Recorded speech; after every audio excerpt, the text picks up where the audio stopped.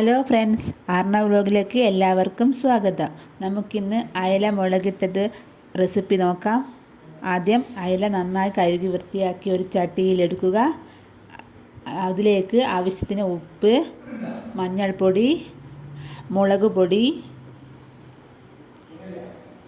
എന്നിവ ചേർത്ത് നന്നായി മിക്സ് ചെയ്തെടുക്കുക.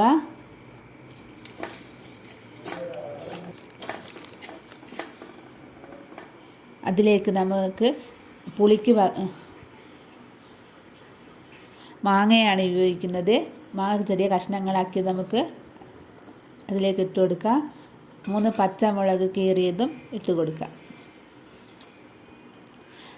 മീൻ വേവാൻ വേണ്ടി ആവശ്യമുള്ള വെള്ളം ഒഴിച്ച് കൊടുത്ത് മിക്സ് ചെയ്യുക. ഗ്യാസ് കത്തിച്ച് നമുക്ക് ഇത് വേവിച്ചെടുക്കാം.